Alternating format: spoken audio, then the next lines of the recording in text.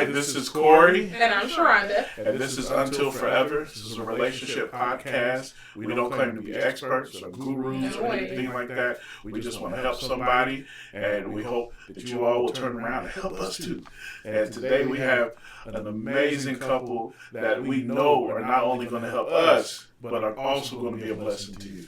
Meet the Andersons! Yay! Okay, so how I know them is I have purchased their amazing seasonings that we love to use in our kitchen, and also some of the cherished gifts. Am I saying that right? Yes. Products, and I really need to get some more oils, so yeah. But why don't you guys tell our audience a little bit about yourselves? Tell us your story. How did you meet? How long have you been together? All about your wonderful family. All right. You want me to take that? You go and take it. So my name is Yemisi, and this is James.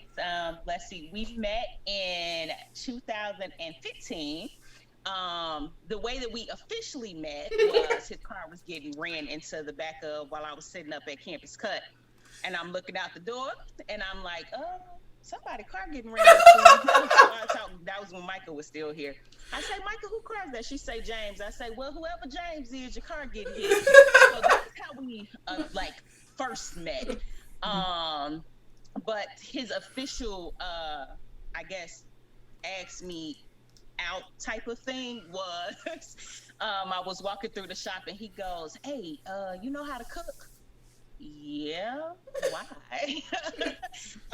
And I had a plan, y'all. And so I was just like, sure, sir. Why? Because at that time I was like, I ain't want nothing to do with nobody. I was cutting it all off. I ain't want, don't talk to me. I don't want nobody. I ain't trying to hear nothing. And so here come this, he older, so I like to mess with him, my old man. Here come this old man talking to me, child, what you want, sir? What you want? And so I was just like, oh, okay, sure, I guess I know how to cook. He was like, well, maybe we could get together sometime and you cook something for me. Okay, sure. Well, it kind of went from there. He, he actually followed up and called me, and I was kind of shocked, like, what? Consistency? What is this? I don't know this story. So he actually followed up, so that kind of got me. And then, we've been together for going on 7 years in July, and we've been married for going on 4 years in December. We still trying, we keep going back and counting, has it been? Hold on, what's been? So I think the pandemic kind of threw us off there. Oh, it's like 2 years, and you're like, wait, what? Yeah.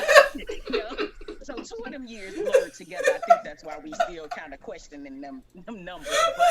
But, and we have 3 boys together, James, Isaac, and John, and so we're parents, we're entrepreneurs, we're all of the things.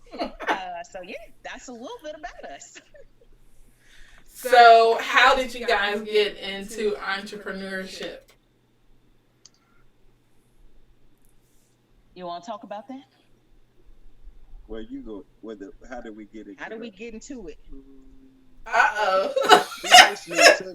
I knew she was talented when I met my wife. So we basically brought her talent and our talent together, and that's where we come in with the J effect, So, so it's just it's a blessing to see us come together, because when she do her thing, and then I do my thing, and we bring it together, we like, hey, this is just it's like beast mode.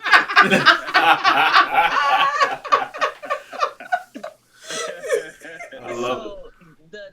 The one of the things I guess I'll add to that is, so both of us have been entrepreneurs for quite some time. So before me and him got married, he's owned his own barbershop. I've owned multiple businesses, and so we've had that business mindset for quite some time.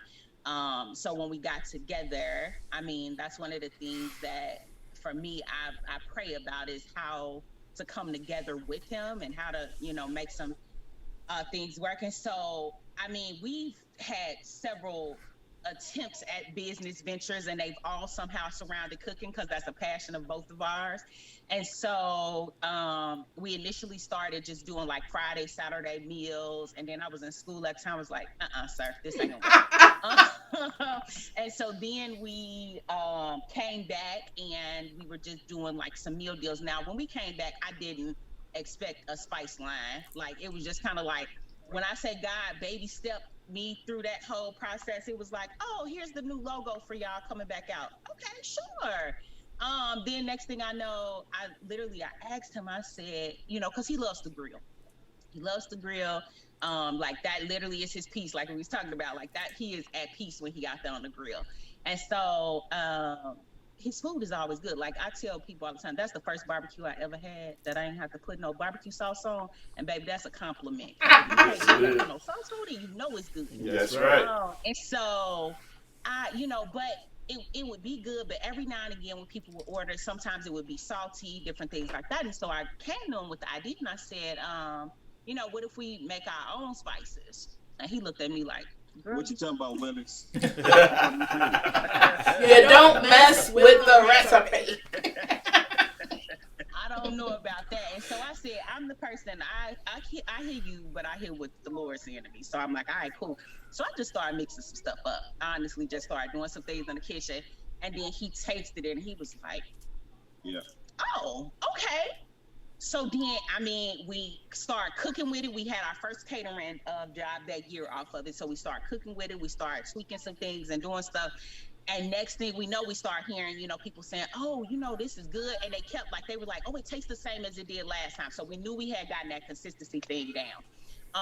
And so it just went from there. It was like, I wasn't expecting, like I say, to be doing no seasoning line. But here we are a year in, and it's like, it works for us. And so, we cook, we do our catering thing, we make these spices, we do all this other stuff, but that's it. But that's why I could say it's very important to listen as far as men, because I'm just saying this because this opportunity would have blew right over my head. Because when she initially had told me about it, I kind of, just being honest, kind of shut her down. Was like, baby, I got 20 years. It's like in cooking, I know what I'm doing. I hear what you're saying, but if it ain't broke, if it ain't broke, don't fix it. So I had that attitude about it at first, but then I said, the Holy Spirit hit me and said, hear her out, man, hear her out. You know what I'm saying?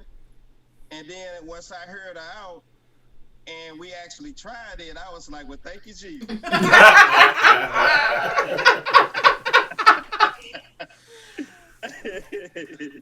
That's pretty cool though, like how you like you just kind of fell into it. It wasn't like let's start a spice line. It was just like, oh, and for the people to mention, because that's big. I hate when I go somewhere and it tastes one way and then I'm like, oh, I want to go back and get that, and it don't taste the same. I'm just like,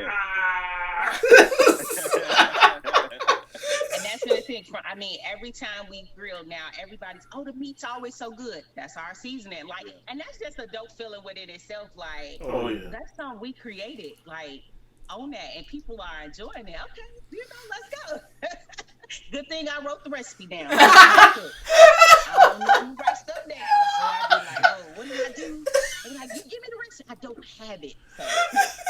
So. I told Sharonda, because we cook. I do two things. I got some other stuff too. I don't fool with it that much, but I do two things. I barbecue and I fry fish, but it's swai. I fry swai, and I have the seasonings that I use. I put them together, and every now and then Sharonda will cook it, and she'll say, "Can you do the seasoning?" And I can't tell her how much, because I tell her I just go into the ancestors and say stop. So I just pour a little bit, and it's like you just know. Okay, that's it. That's just a little.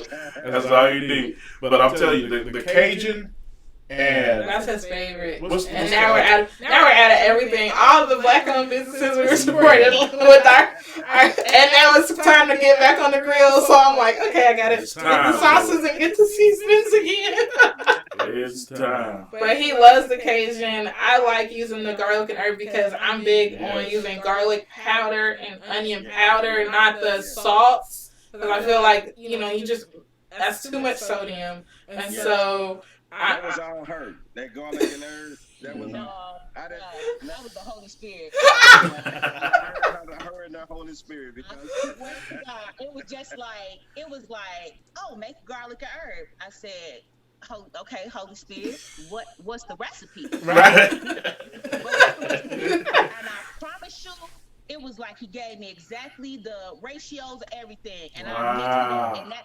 So like the original we played with for a while before they got that. That garlic and herb, I did it out of one take. I literally took what I heard, made that seasoning, and that is one of our best sellers. Thank you, God, because they ain't had jack to do with me. I was just like, all right, I'm just being obedient.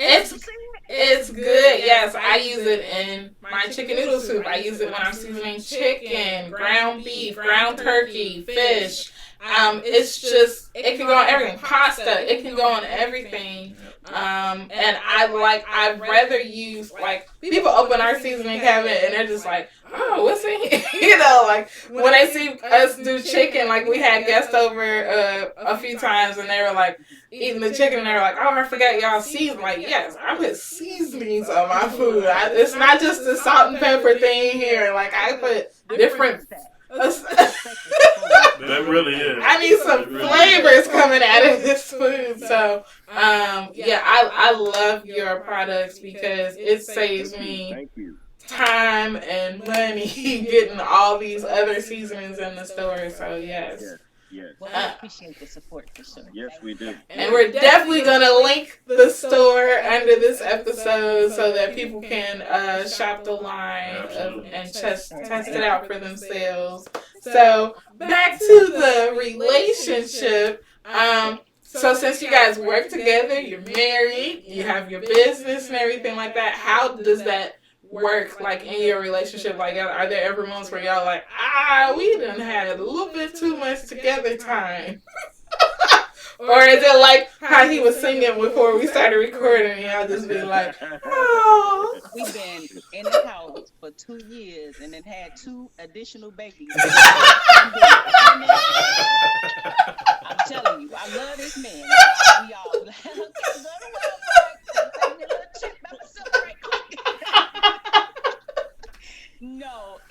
No, I think it has its pros and cons. Like I think we have grown in this pandemic. I promise this is probably the most we done communicated. And I think it was good though, because we needed to learn how to communicate with each other. We needed to learn how to be us and not, my husband has a big family. He talks to his family. Me, on the other hand, I got family. I don't really communicate with them as much. And so, like, whenever things going on, he talking to them. I'm like, hello. But it's brought us together. We talk more often now. We actually run ideas by each other instead of just doing stuff. So it has helped in that regard. But of course, it comes with its challenges. For me, having to find balance because I'm the workaholic. I'm busy. I go, and I forget to stop and give him what he needs. Giving him the attention because sometimes I think husbands get forgot. They do. We think they good because they may not talk. They don't tell us, what's going on. But I can tell, and he's his love language is physical touch. So it's like I can tell when I ain't touched him in a while because he be like, bruh. And he won't say it, but I can tell. And so just having to be intentional about spending time with him, be intentional about stopping and spending time with the kids because, life shifted. And so, again, I'm the go person and I'm, running and operating the businesses and doing every other thing else I do. So God had to deal with me.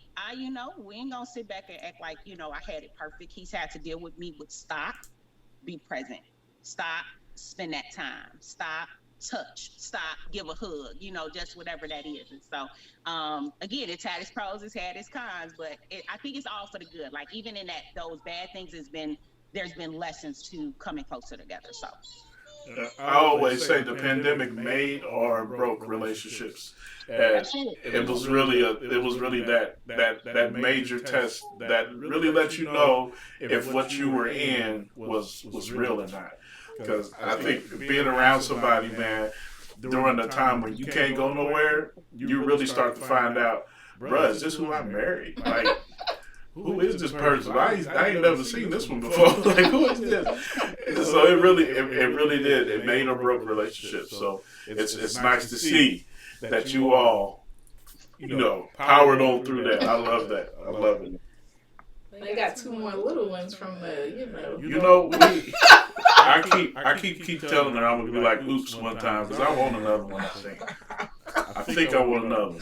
Yeah, Corey gonna come up missing. I'm only 40. That's not old. I told Corey to ask his doctor about vasectomy, and she's like, "Really, you're really young, Mr. Kaufman." I was like, "Did you tell her you have 3 kids at home?" This was trying to avoid me like the plague. He said I'm too fertile. Well, this is his second marriage. I'm like, listen, I'm sorry that you got married. You got married to somebody younger than you. That's not my fault. I understand. This is number 8 for you. But Pray for me. That sounds like a good number. I like 8. He's saying that because I was watching the new Cheaper by the Dozen last night on Disney Plus, and he says, "Oh, don't you want to have some?" I said, "No. We are slowly trying to work this last one out the bed."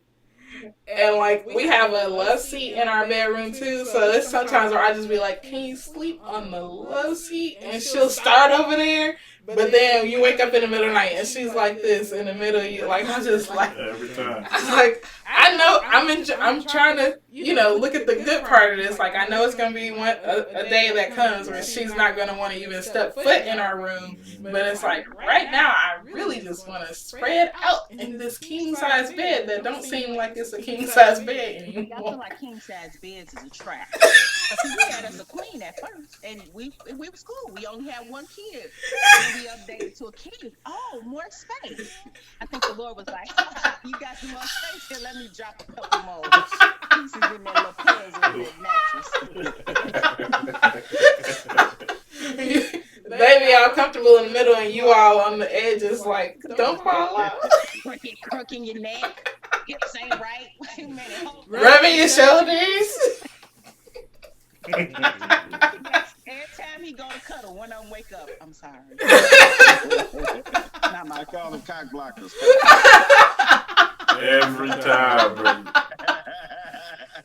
I hear the little footprints coming down the stairs. Well, let me go on to sleep. That is literally us. Like as soon as we close the door, you hear like a little shake on the handles. Like I'm going to bed. Good day. See, I will need to get that far because so my oldest is out of the room, but the 2 youngers, they bed is in our room because we have 2 beds. So many places to put kids. So it's a crib on each side of the bed. So all we hear is that rustle. I'm up. Well, it's over.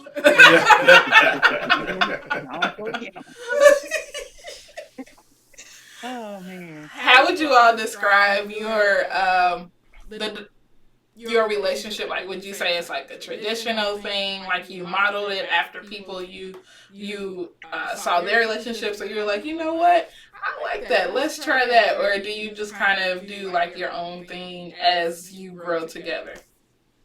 I would come in on that. You had said some of the last, but no, I would say we are like team players. I mean, that's the best way I can really describe it, because it's like she don't really have to tell me, hey, I need this done, or hey, babe, can you do this? I'm in the same house. I see the same thing you see. You know what I'm saying? So we help each other. You know what I'm saying? So I consider us team players. So with us working with each other, I think it make our relationship better. Because if I'm sitting back observing and looking at her doing all this stuff, and I'm telling her what she needs to do, what am I doing to help her? I got a different breed. I appreciate it. Yeah, I'm taking notes. for me, it's a mixture. I don't want to say it's something that it was modeled. It's what I saw that I didn't want. Because I didn't grow up around. One, I grew up in foster care, and none of my foster parents were ever married. I knew people who were married, and I saw certain things in their homes, but I saw what I didn't want. I was like, nah, I don't want that. And so, even in getting with him, and he was coming from a previous relationship, a previous marriage. And I'm like, you talking about the 20 years and it ended. I say, I don't know what happened in that first marriage, but bro, it can't happen in this one. Like, so for me, it was whatever happened wrong, whatever I saw, okay, let's make sure we do better. Okay, so it was a lack of communication. Okay, I want to make sure we communicate. It was whatever it was. And so I think a lot of it is we learn it as we go, letting God guide us, because the truth of the matter is I'm still learning myself. And so, I think I know what I want, and God, like, nah, bro, you still, you still need a little help. So it's like, as I'm learning myself, I'm learning one, just who I am and how to deal with me so that I can be a better wife. Sometimes we want to put in, well, I need you to change.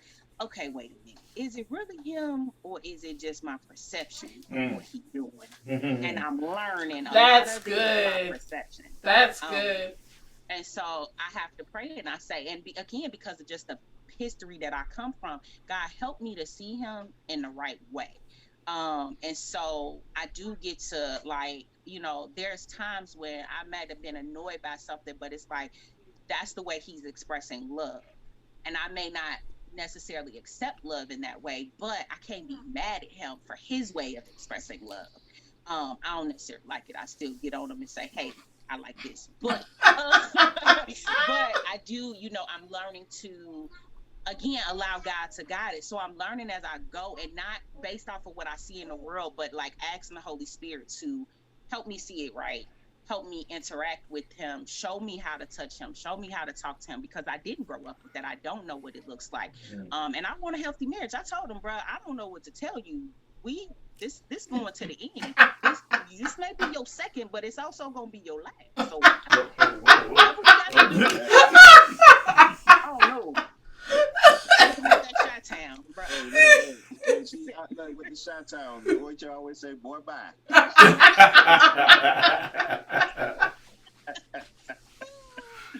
I love it. I love it. I love it. And the way that you all approach relationships is perfect. Like, and we talk about that a lot. And I wish that more people would understand that, because all we are individually is just a collection of our past. So, when you see me, you see me, but really I'm everything that I've been through, since I've been a child. This is who made me who I am. And I always tell people about our first major argument after being married. Like, I don't even remember what it was about, but I got loud. And her reaction to me getting loud and yelling at her, she thought what was next was physical. So she ran out of the bedroom into our other room. Guest bedroom. Yeah, our little guest room we had. And slammed the door and locked it. And I stopped, and I'm looking like, what in the world? What in the world just happened? And it wasn't that he like raised his hands at me. It was just, it got heated. And I can't even tell you, it was like he had never done anything where I would think that he would do that, but it was just like my natural reaction was, I'm just going to go to the other room and lock myself up in there. And you could talk to me through the door. I've had that experience. For me, it's a trauma response. With him trying to be intimate with me at times, because I had been molested, because I had been touched when I didn't want to be touched. If he would touch me a certain way, I didn't even realize, like, I was just freezing up on him, and I was like clenching and everything. And one day he looked at me and he was like, "Why are you crying?" And I was like, I didn't even realize I was crying. But I was sitting there having flashbacks, and he saw it. And that was the day I realized, like, Yemisi, you, like, this isn't just happening in your brain, like, you're actually doing this. And I had to pray, like, literally, I've had to pray, God, help me be with my husband. Help me be with my husband. Like, this is my husband. This is supposed to be okay. I'm supposed to be Hey, let's go. That's not what it was. I know people be like, oh, y'all got 3 kids. That don't mean nothing. Yeah. That don't take one time. So I've had to learn to be intimate, but God has had to heal those places, and there are times when I still have to pray because it was straight trauma response. Nothing he had done. He always. I got one of the most patient husbands on the face of this earth because he never has made me feel bad. He's never done anything to hurt me, but it was just the way he touched me. It just instantly sent me to a bad place. And again, God had to do, and I had to talk to him. I had to tell him, like, communication. Yeah, that's what I was just about to say. Communication. I mean, people be wondering why they can't or why their relationship is failing. I mean, you guys not taking time out to talk to each other. Oh, I hate it. I hate when Corey is asking me about intimate moments, and I'm like, why are we talking about this? And he's like, well, I don't know if you don't tell me. So it's just kind of like, okay, let's push through this and talk about it. But yeah. You gotta talk. And nowadays, it's not that people don't talk, it's just they talking to the wrong people. Like, we'll tell social media all about our relationship, and the relationship sitting right there on your couch, and you're not working on it, but all the Facebook know your business. Like, something wrong with it. Ain't even talk to your own spouse. Yeah.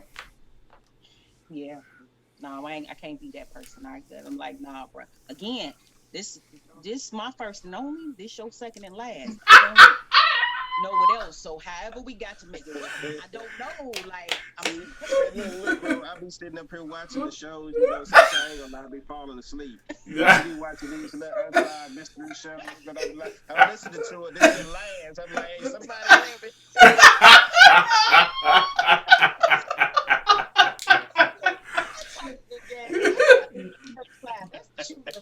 It sounds good. Be sitting there shaking in my boots. Oh Lord! Y'all need to put that on the picture and put it on the wall. This my first and only. This is second and last. Or on some t-shirts. Get some matching shirt. That'd be dope. Like, what's that about? Our marriage. Okay. Oh gosh.